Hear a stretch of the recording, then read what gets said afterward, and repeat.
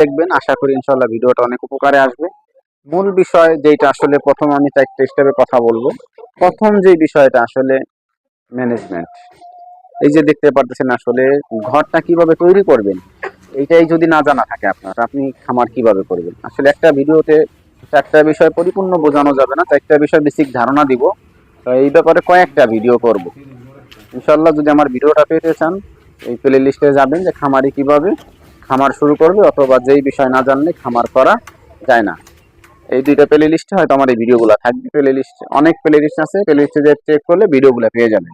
তা প্রথম নম্বর যে বিষয়টা আমি বলতে চাইতেছি যে আসলে ম্যানেজমেন্ট।